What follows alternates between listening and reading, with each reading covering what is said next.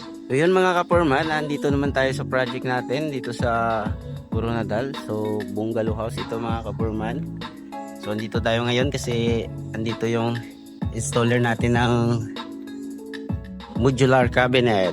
So ayan yung bahay mga kaporman. Mapapansin nyo halos finish na dito sa labas. Pero mayroon pa tayong tinitira na modular cabinet. So ito yung kanilang DIY na cutting peel ball. So pasukin natin sa loob mga kaporman.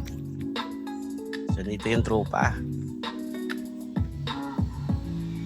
So ayan mga kaporman, ito yung kalagayan sa loob. So may mga accessories pa na ikakabit mga kaporman. Yan. So sa ngayon, tingnan natin yung gawa ng ating tropa.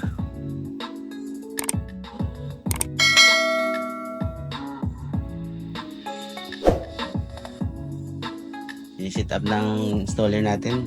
Nila mainboard yan. Wala nang pintura yan mga kaporman. Yan, natural laminated board. Ito na yung sitwasyon sa ginagawa nating modular cabinet. Ayan. So, kung mapapansin nyo mga kaporman, medyo mataas yung height mga kaporman.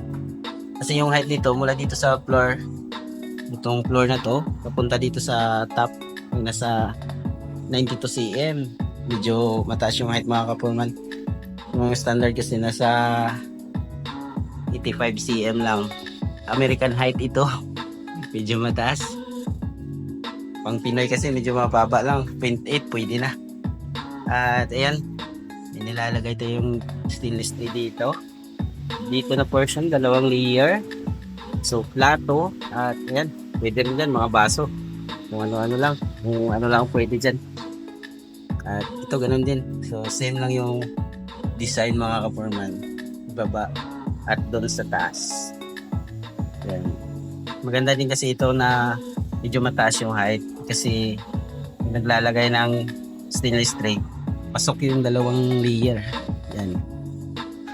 So dito sa kabila, may malapad ka na ilagay dito, pwede.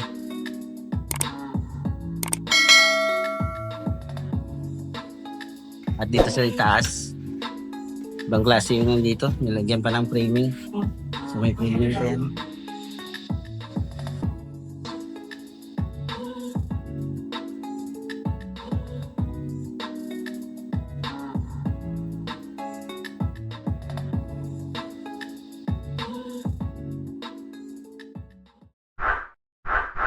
FD Construction Services.